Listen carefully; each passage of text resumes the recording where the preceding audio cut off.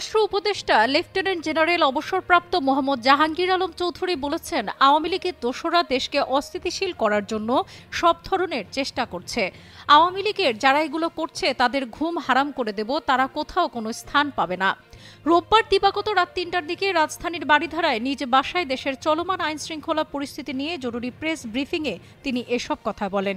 স্বরাষ্ট্র উপদেষ্টা বলেন, আওয়ামী দোসররা যেহেতু তারা দেশ থেকে প্রচুর টাকা পাচার করেছে, সেই টাকা তারা ব্যবহার করছে। এই টাকা ব্যবহার করে দেশে অস্থিতিশীল পরিস্থিতি সৃষ্টির চেষ্টা করছে। আমরা কোনো অবস্থাতেই এটা হতে দেব না, যে কোনোভাবেই এটা প্রতিহত করব।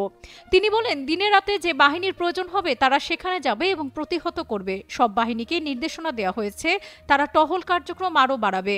আগামীকাল থেকে যেন কোথাও কিছু না ঘটে এই ব্যাপারে আইন শৃঙ্খলা বাহিনী ব্যবস্থা নেবে।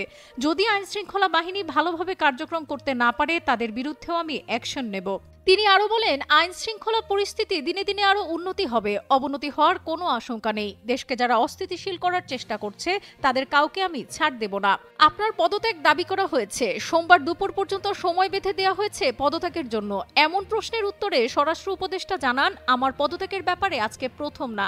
তারা যে কারণে আমাকে পদত্যাগ করতে বলে সেই কারণ যদি উন্নতি করে দিতে পারি তাহলে তো পদত্যাগের প্রশ্ন ওঠে না। আইন শৃঙ্খলা পরিস্থিতি যেন উন্নতি হয় সেই ব্যবস্থা আমি করছি। আগের থেকে অনেক উন্নতি হয়েছে এবং আরো উন্নতি হতে থাকবে। সবাই যেখানে আপনার পদত্যাগ দাবি করছে সেখানে আপনি নিজে আপনার ব্যর্থতা দেখেন কিনা প্রশ্নের জবাবে তিনি বলেন, আমি যে অবস্থায় আইন শৃঙ্খলা বাহিনীর দায়িত্ব নিয়েছিলাম সেই অবস্থা থেকে সক্রিয় হয়েছে নাকি হয়নি এটা আপনারা ভালো বলতে পারবেন।